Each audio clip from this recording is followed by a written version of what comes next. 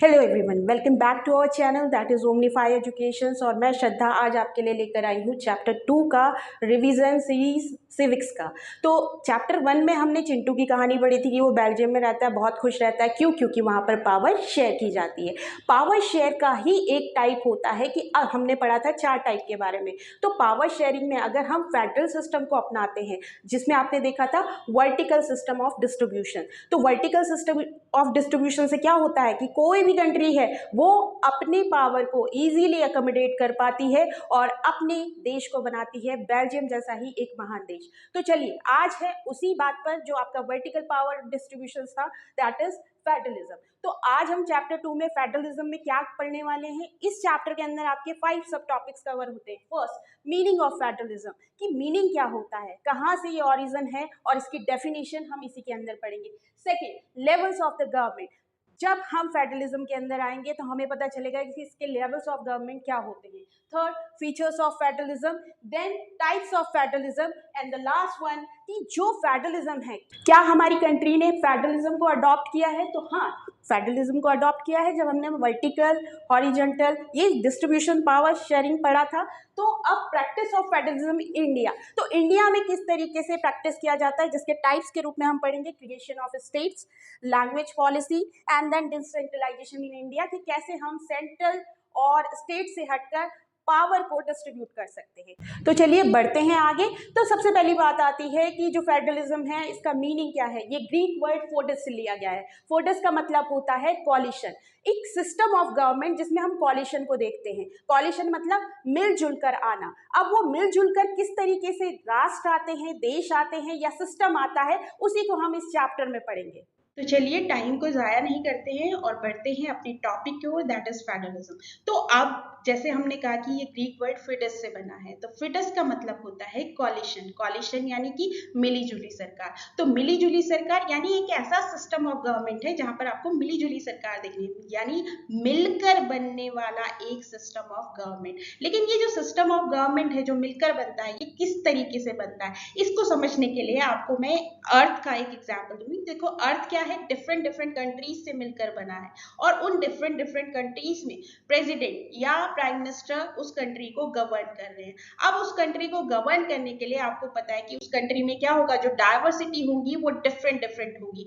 तो different different diversity, लोगों के different different ideas, views, culture, इन सबको कैसे एक कनेक्शन दिया जाए, ये उस देश के लॉ या उस देश की गवर्नमेंट सोचती है और उस देश की गवर्नमेंट उसको फेडरलिज्म के फॉर्म में लाने की कोशिश करती है। तो अभी तक अगर हम देखा जाए तो जैसे भारत की मैं बात करूं, अपने प्यारे भारत की, तो हमने 1947 में देखा कि जो हमारा प्यारा भारत है उसमें 14 स्टेट्स होते थे। लेकिन आज अगर 2023 की मैं बात करूं तो भारत में आप देखोगे कि 28 स्टेट्स हो गए हैं। तो ये जो स्टेट्स का क्रिएशन है, ये जो इतने सारे स्टेट्स बने, ये क्यों बने हैं, लोगों की डिमांड पर। यानी हम लोगों की जो भावनाएं हैं उनको गवर्नमेंट क्या करती है, प्रेफरेंस देती है। तो इस तरीके का जो सिस्टम है, इस तरीके की जो प्रैक्टिस है, यही कहलाती है फेडरलिज्म। तो चलिए हम बढ़ते हैं डेफिनेशन की तरफ। तो फेडरलिज्म क्या है? Federalism is a system of government, यानी सरकार का एक ऐसा सिस्टम है जिसमें पावर को डिवाइड किया जाता है सेंट्रल अथॉरिटी और स्टेट अथॉरिटी के बीच में। यानी पावर जो है वो आपकी डिवाइड हो रही है सेंट्रल अथॉरिटी और स्टेट ऑफ अथॉरिटी के बीच में। तो देखिए इसमें क्या होगा, देखो पावर बैलेंस भी हो सकती है और पावर आपको देखने को मिलेगा कि कहीं पर क्या होगा, कोई किसी अगर मैं बात करूं, सेंट्रल की बात करूं तो ज्यादा हो सकता है, स्टेट में कम हो सकता है। अभी तक अगर हम एंटायर वर्ल्ड में देखें तो वर्ल्ड में 25 कंट्रीज ऐसी हैं जो फेडरलिज्म को प्रैक्टिस करती हैं या फेडरलिज्म को अपनाती हैं। तो देखिए बैलेंस ऑफ पावर जो होता है, अगर हमने यूनियन गवर्नमेंट और स्टेट गवर्नमेंट को बराबर बांटा है तो उसे कहा जाएगा इक्वल डिस्ट्रीब्यूशन ऑफ पावर। लेकिन अगर मैं भारत की बात करूं तो भारत में कई बार आपको देखने को मिलता है कि कहीं पर सेंट्रल का पलड़ा भारी होता है तो कहीं पर स्टेट भारी होता है। तो यानी हमने ये जो डिस्ट्रीब्यूशन है ये एक तरीके से सेंट्रल और स्टेट को देखते हुए किया है। तो ये जो बैलेंस ऑफ पावर है, बैलेंस ऑफ सिस्टम है, ये फेडरलिज्म के अडॉप्शंस को लेकर आता है। तो अब जो हमारे पास आता है कि जो फेडरेशन है या गवर्नमेंट ऑफ टाइप्स है जो फेडरलिज्म, ये कितने लेवल का होता है। तो मेनली इसके 2 लेवल्स आपको देखने को मिलते हैं। अगर हम इंटायर कंट्री की बात करें तो जो भी गवर्नमेंट इंटायर कंट्री में रन करती है वो पहला फॉर्म बनाती है सेंट्रल गवर्नमेंट, और जो गवर्नमेंट स्टेट में रन कर रही है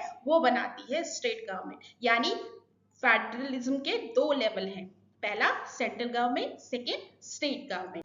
अब अगर हम बात करें टाइप्स ऑफ फेडरलिज्म की, तो ये 2 तरीके का होता है। एक होता है कमिंग टुगेदर, एक होता है होल्डिंग टुगेदर।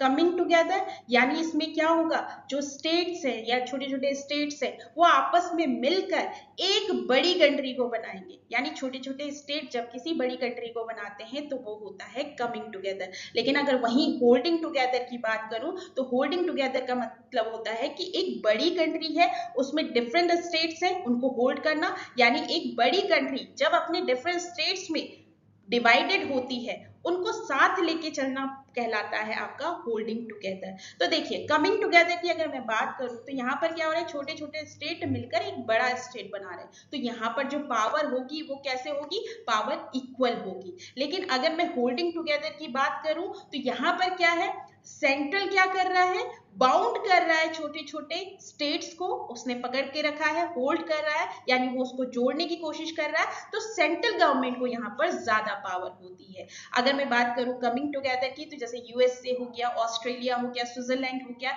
ये जितनी भी कंट्रीज हैं ये coming together types of federalism को अडॉप्ट करती है। और अगर मैं इंडिया की बात करूं, बेल्जियम की बात करूं या स्पेन की बात करूं तो ये holding together types of federalism को लेकर चलती है।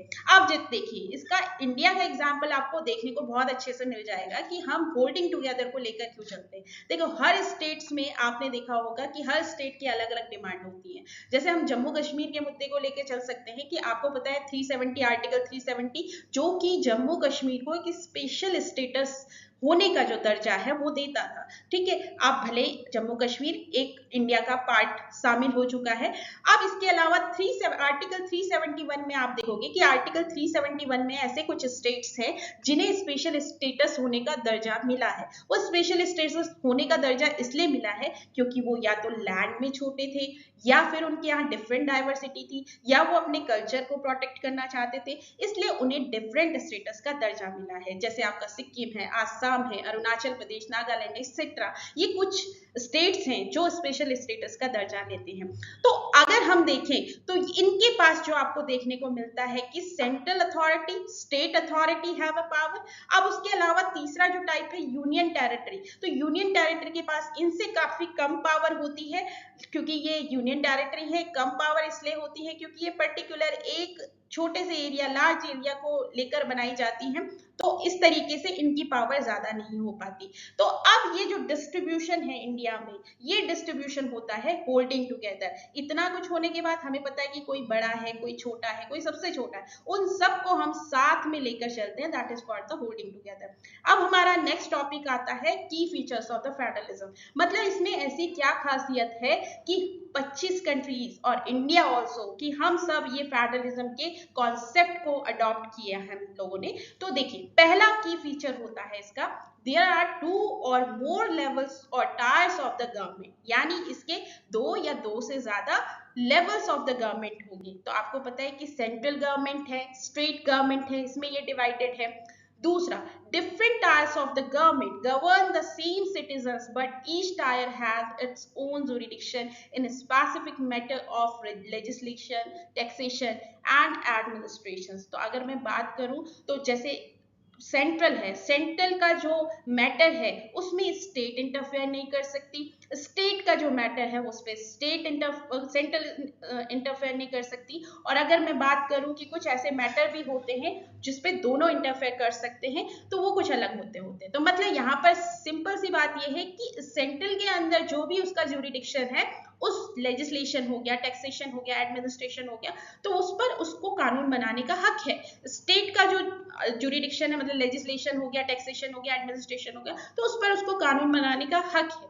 थर्ड जो की फीचर ऑफ फेडरलिज्म आता है, The jurisdictions of the respective levels of government are specified in the constitution, so the existence and the authority of each tier of the government is constitutionally guaranteed. अब हमें पता है कि हमारे भारत के लिए और बाकी कई देशों के लिए जो उनका कॉन्स्टिट्यूशन होता है वो सुप्रीम लॉ होता है। तो कॉन्स्टिट्यूशन में क्या किया गया, कॉन्स्टिट्यूशन में कॉन्फ्लिक्ट अराइज ना हो इसलिए ऑलरेडी सेंट्रल गवर्नमेंट और स्टेट गवर्नमेंट के लिए जो लॉ बनाने के जो मैटर्स थे उनको ऑलरेडी वहां पर मेंशन कर दिया गया। जैसे सेंट्रल की जो सेंट्रल गवर्नमेंट जिस पर लॉ बना सकती है that is called the union list, and state government जिसमें लॉ बना सकती है that is called the state list. तो यूनियन लिस्ट की अगर मैटर देखा जाए तो जितने भी बड़े मुद्दे होते हैं जैसे डिफेंस हो गया, बैंकिंग हो गया, करेंसी हो गया, फॉरेन अफेयर्स हो गया, कम्युनिकेशंस हो गया, तो इन सब मैटर्स पे आपका जो सेंटर है उसको कानून बनाने का अधिकार है। और जो स्टेट गवर्नमेंट है कुछ ऐसे मुद्दे होते हैं जो स्टेट के पास होते हैं जैसे पुलिस हो गया, ट्रेड हो गया, एग्रीकल्चर हो गया, इरिगेशन हो गया,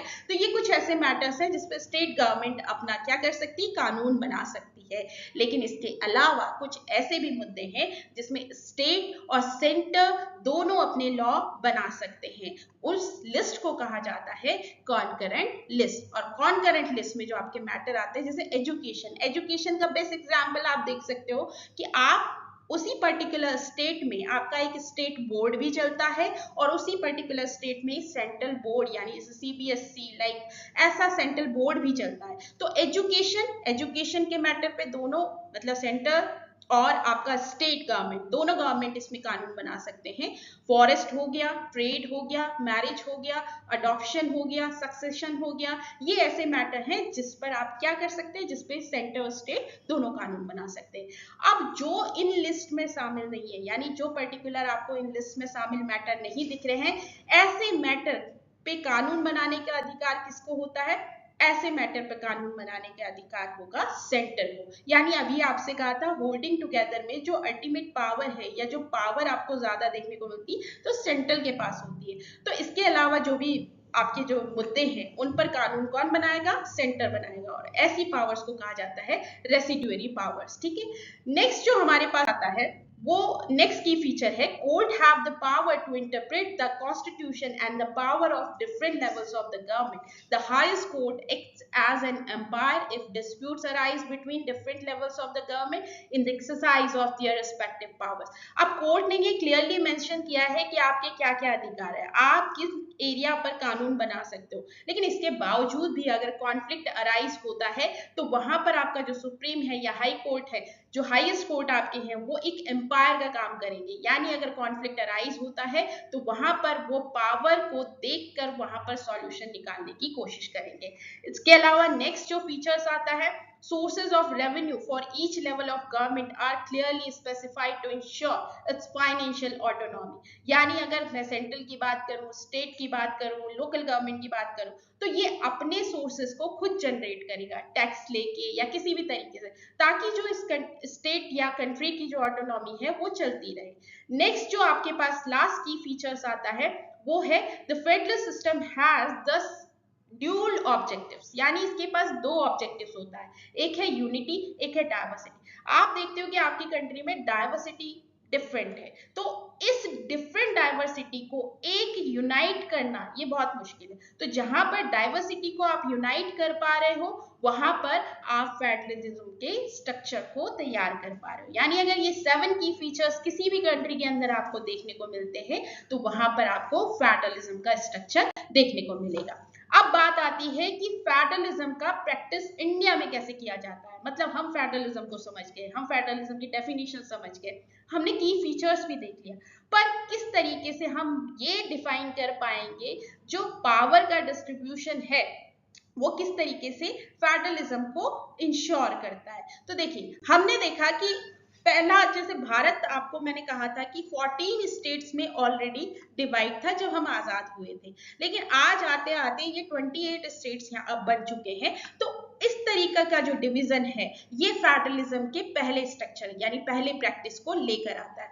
basis of creation of states in India, हमने देखा कि जो हमारा राज्यों का डिफरेंट लोग रहते हैं, डिफरेंट लैंग्वेज हमें देखने को मिलता है, तो उस डिफरेंट लैंग्वेज की वजह से ये जो क्रिएशन है ये बढ़ता ही चला गया। तो कई ऐसे राज्य हमें देखने को मिले जिन्होंने अपने लैंग्वेज के आधार पर अपने देशों का निर्माण, अपने राष्ट्रों का जो है निर्माण किया, अपने स्टेट को बनाने की कोशिश की। कुछ एग्जाम्पल आप देख सकते हो कि कुछ इथनिक या कल्चर, ज्योग्राफी के आधार पर जो राज्य हैं वो बने। जैसे आप नागालैंड देख सकते हो, उत्तराखंड देख सकते हो, झारखंड देख सकते हो। तो ये अपने इथनिकल, कल्चरल के बेसिस पर देखे जाते हैं। इसके अलावा जो सेकंड टाइप हमें देखने को मिलता है, लैंग्वेज पॉलिसी। हमने देखा कि भारत की मैं बात करूं, भारत से अच्छा एग्जाम्पल नहीं हो सकता।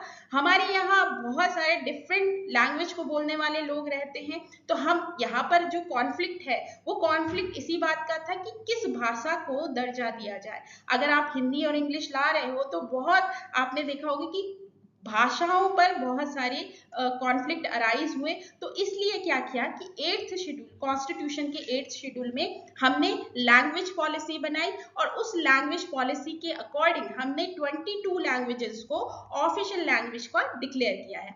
अब पहले तो क्या होता था कि हिंदी और इंग्लिश को ऑफिशियल लैंग्वेज, आज भी हिंदी और इंग्लिश, मतलब हम बोले तो राजकाज की भाषा में हिंदी और इंग्लिश है, बीच में इंग्लिश को हटा दिया गया था। बट फिर तमिल की तरफ से, तमिलनाडु की तरफ से कॉन्फ्लिक्ट अराइज हुआ कि इंग्लिश को भी एज अ ऑफिशियल लैंग्वेज होना चाहिए और 26 जनवरी 1965 को फिर से इसे लागू करके हिंदी और इंग्लिश को आपका ऑफिशियल लैंग्वेज डिक्लेयर किया गया। तो इस तरीके से लैंग्वेज के बेस पर आपके लोगों की जो भाषाएं हैं उसको प्राथमिकता देते हुए फेडरलिज्म की एग्जाम्पल को समझाया गया। इसके अलावा जो थर्ड आपको प्रैक्टिस देखने को मिलता है, सेंटर स्टेट रिलेशंस, यानी केंद्र और राज्य के रिश्ते अगर अच्छे होंगे तो फेडरलिज्म का स्ट्रक्चर अच्छा होगा। तो हम देखते हैं कि सेंट्रल अथॉरिटी जिसको मोर पावर गिवन है और स्टेट अथॉरिटी जिसको पावर गिवन है, तो उनके बीच में अगर रिलेशन देखा जाए तो काफी हद तक वो जो मजबूती है वो बनी रहती है। लेकिन देखिए, अब मैं भारत की बात करूं तो भारत में क्या हुआ था, जब 1947 में भारत आजाद हुआ तो भारत के सामने एक जो सरकार जो अपने डोमिनेंस पर के आधार पर आपको देखने को मिली, कई सालों तक राज किया कांग्रेस। तो उस टाइम पर क्या था कि ज्यादातर एरिया में कांग्रेस ने सीट को जीता था। तो जो सेंट्रल में है वो भी कांग्रेस थी। तो कांग्रेस ने अपना डोमिनेंस के थ्रू क्या पावर दिखाने की कोशिश की। उस टाइम पर जो कुछ स्टेट्स थे उनको वही मानना पड़ता था जो सेंटर कहती थी। अब जब 1990 के बाद जब कॉलिशन सिस्टम आया, तो कॉलिशन सिस्टम के बाद ही इसमें आपको बहुत सारा चेंजेस देखने को मिला होगा। तो 1990 के बाद कॉलिशन सिस्टम आने के बाद स्टेट को पावर देने का जो सिस्टम था वो काफी हद तक अच्छा हो गया। तो वो जो स्टेट को पावर दी गई उस टाइम पर आप देखोगे कि इस फेडरलिज्म की एक रियल प्रैक्टिस 1990 के बाद देखने को मिली। इसके अलावा अगर आप देखोगे कि एक बड़ा एक अच्छा कॉन्सेप्ट ऐड किया गया फेडरलिज्म में, that is decentralisation in India. तो इसमें क्या है, डिसेंट्रलाइजेशन मतलब पावर का विकेंद्रीकरण। विकेंद्रीकरण मतलब केंद्र से आप किसी और अथॉरिटी को पावर बांट दो। तो स्टेट को ऑलरेडी गिवन था। अब थर्ड टायर यहाँ पर बात बनाने की बात की कि जो पावर है उसको आप लोकल गवर्नमेंट में डिस्ट्रीब्यूट कर दीजिए। तो लोकल गवर्नमेंट बनाने की बात कही। आप देखो लोकल गवर्नमेंट क्या होता है, लोकल गवर्नमेंट वो गवर्नमेंट होता है जहां पर आप अपनी बात को डायरेक्टली रख सकते हैं। यानी आपके आसपास अर्बन गवर्नमेंट या फिर रूरल गवर्नमेंट आपके पास होती, तो माना आपकी सड़कों में गड्ढे खुदे हुए, तो उस गड्ढे की शिकायत लेने के लिए आप स्टेट गवर्नमेंट के पास थोड़ी ना जाओगे या सेंट्रल गवर्नमेंट के पास थोड़ी ना जाओगे। आपके सिटी में या आपके गांव में, अगर आप गांव में रह रहे हो तो गांव में, तो वो गवर्नमेंट कौन सी होगी, तो उसके लिए थर्ड टायर ऑफ गवर्नमेंट बनाया गया। और एक्चुअल में देखा जाए बेटा तो डेमोक्रेसी की जो रियल प्रैक्टिस है वो आपको थर्ड टायर ऑफ गवर्नमेंट में देखने को मिलती। क्यों? क्योंकि यहाँ पर डायरेक्ट आपकी बात हो रही है, डायरेक्ट आपको ज्यादा दूर नहीं जाना पड़ता या आपको बहुत टाइम वेट नहीं करना पड़ता, आप अपनी बात को रख सकते हैं। तो इस तरीके से ये थर्ड टायर ऑफ गवर्नमेंट बनाया गया। और इससे क्या होता है, जो आपका पावर का जो डिस्ट्रीब्यूशन है वो लोकल गवर्नमेंट में भी देखने को मिलता है। यानी अब शहरों और गांवों के पास भी पावर थी। तो इस तरीके से ये आपको रियल प्रैक्टिस। लेकिन ये जो थर्ड टायर ऑफ गवर्नमेंट है इसके लिए कॉन्स्टिट्यूशन में अमेंडमेंट किए गए। तो वो अमेंडमेंट क्या था, 1992 में थर्ड टायर ऑफ गवर्नमेंट को मोर पावरफुल और इफेक्टिव बनाने की बात कही गई। मतलब पंचायती राज जब हमारा कॉन्स्टिट्यूशन बना तब भी था, पंचायती राज बनाने की बात तब भी गई थी, लेकिन उसका जो कार्य है, उसके जो फंक्शंस है, उसको डिफाइन नहीं किया गया, उसको पावरफुल अथॉरिटी के रूप में आगे नहीं लाया गया, वो 1992 के अमेंडमेंट से लाया गया। उसके बाद जो आपका कॉन्स्टिट्यूशनल ने मैंडेटरी कर दिया कि जो भी आपका थर्ड टायर ऑफ गवर्नमेंट है, यानी रूरल और अर्बन, वहां पर रेगुलर इलेक्शन होने चाहिए। पहले इलेक्शन होते थे लेकिन कभी 5, 6, 7, मतलब कोई फिक्स टाइम नहीं था, लेकिन अब यहाँ पर कॉन्स्टिट्यूशन ने ये मैंडेटरी कर दिया कि अब यहाँ पर जो इलेक्शन होंगे वो रेगुलर होंगे। इसके साथ जो अमेंडमेंट किया गया कि जो हमारा कुछ ऐसी कैटेगरीज हैं जो पीछे रह गई हैं, उनको आगे लाने के लिए, जैसे एससी है, एसटीज है, ओबीसी है, इनको आगे लाने के लिए इनके लिए सीट रिजर्व कर दी गई और इनको भी इलेक्शन में आने का मौका दिया गया। इसके साथ हमारा जो 30%, जो आप जानते हो कि 1/3 of all positions are reserve for women, यानी जो महिलाएं हैं उनके लिए भी 1/3 पोजीशंस को रिजर्व कर दिया गया। यानी अब आपको देखने को मिलता है कि पंचायत में महिलाओं का जो प्रतिनिधित्व है वो ज्यादा देखने को मिलता है। ये जो बिल है महिलाओं का, ये रूरल के लिए, या आप देखोगे third tier of local bodies के लिए तो पास किया गया है, लेकिन लोकसभा या सेंट्रल अथॉरिटी के लिए ये बिल अभी तक पास नहीं किया गया है। तो हाँ, आपको गांव में, इसीलिए पंचायतों में वुमेन का जो रिप्रेजेंटेशन है वो काफी अच्छा देखने को मिलता है। और इसके साथ ही ये अमेंडमेंट भी किया गया कि जो हमारे जो लोकल बॉडीज है उनके लिए एक इंडिपेंडेंट स्टेट इलेक्शन कमीशन ही उनकी जो देख रेख है, उनके यहाँ इलेक्शन कंडक्ट हो रहे हैं रेगुलर या नहीं हो रहे हैं, उसको state election commission as a independent authority के रूप में देखेगा और उसे चेक करेगा। तो ये कुछ अमेंडमेंट थे जिसको कॉन्स्टिट्यूशन में 1992 में किया गया और जिसके बाद जो आपका थर्ड टायर ऑफ गवर्नमेंट है उसको पावरफुल बनाया गया। अब जो हमारे पास नेक्स्ट आता है कि जो थर्ड टायर ऑफ गवर्नमेंट है इसको दो पार्ट में डिवाइड किया गया है, rural local government and urban local government. तो रूरल लोकल गवर्नमेंट क्या होता है, इसको आप कहते हो पंचायती राज, यानी गांव से निकलकर आपका जो सिस्टम जनरेट होता है उसको आप लोकल सिस्टम कहते हो। This is the council consisting of the several ward members. अब अगर देखो तो गांव से छोटे या 2 या 3, 4, 5, 2 इससे ज्यादा छोटे गांव जब आपस में मिल जाते हैं तो वो मिलकर बनाते हैं वार्ड, और वहीं से एक वार्ड मेंबर आपके सामने आता है। तो यहाँ पर आप जो पंचायत होता है, पंचायत का मुखिया निकल कर आता है। उस पंचायत से ऊपर, यानी जब कुछ ग्राम पंचायत आपस में मिलती है और वो बनाती है पंचायत समिति, और जब पंचायत समिति आपस में मिलती है और वो एक डिस्ट्रिक्ट का निर्माण करती है तो उसको कहते हो आप जिला परिषद। यानी सबसे लो में पंचायत, देन पंचायत से ऊपर जब आप देखोगे कि बहुत सारे गांव मिलकर आपस में पंचायत समिति का निर्माण करते हैं, और जब बहुत सारी पंचायत समिति आती है तो वो आपस में एक मंडल, या आप कह सकते हो कि वो जिला परिषद का निर्माण करती है। तो ये है आपका रूरल लोकल गवर्नमेंट। नेक्स्ट, तो चलिए बढ़ते हैं अपने नेक्स्ट टॉपिक की ओर, अर्बन लोकल गवर्नमेंट। तो अर्बन लोकल गवर्नमेंट भी 2 टाइप्स की गवर्नमेंट होती है, मतलब अर्बन लोकल गवर्नमेंट के 2 एरियाज होते हैं। पहला जो आपका टाउन्स एरियाज होता है और दूसरा जो आपका सिटी एरियाज होता है। तो जो टाउन्स एरियाज होता है वहां पर जो लोकल गवर्नमेंट काम कर रही है उसको हम बोलते हैं म्यूनिसिपैलिटीज या नगर निगम, और जो आपका बड़ा सिटीज एरिया होता है वहां पर जो काम करती है उसको आप बोलते हो म्यूनिसिपल कॉर्पोरेशन। तो म्यूनिसिपैलिटीज के जो रिप्रेजेंटेटिव हैं उनको वहां पर रहने वाले लोग ही इलेक्ट करके आगे ले जाते हैं, और वहां पर जो हेड बनता है म्यूनिसिपैलिटीज का उसको कहा जाता है म्यूनिसिपल चेयरपर्सन। और जो म्यूनिसिपल कॉर्पोरेशन हैं, यानी जो बिग सिटीज में आपका लोकल गवर्नमेंट देखने को मिलती है, वहां पर जो हेड होता है उसे कहा जाता है मेयर। यानी म्यूनिसिपैलिटीज का हेड हो गया म्यूनिसिपल चेयरपर्सन और म्यूनिसिपल कॉर्पोरेशंस का हेड हो गया मेयर।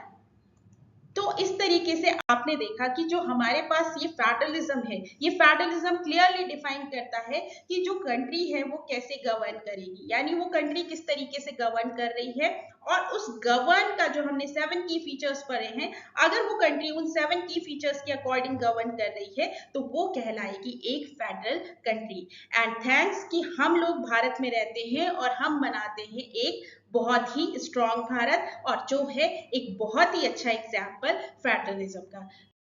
तो इस चैप्टर के अंदर हमने जितने भी 5 टॉपिक को कवर किया है, इन सब में हमने ये देखा कि एक फेडरलिज्म की कहानी एक छोटे से ग्रीक वर्ड फोडस से शुरू होती है और किस तरीके से भारत के इतने बड़े स्ट्रक्चर, डेमोक्रेटिक स्ट्रक्चर को खड़ा करती है। तो ये जो फेडरलिज्म का पूरा चैप्टर है, अगर आपको अच्छा लगा हो तो लाइक करिए, सब्सक्राइब करिए। Thank you for watching us.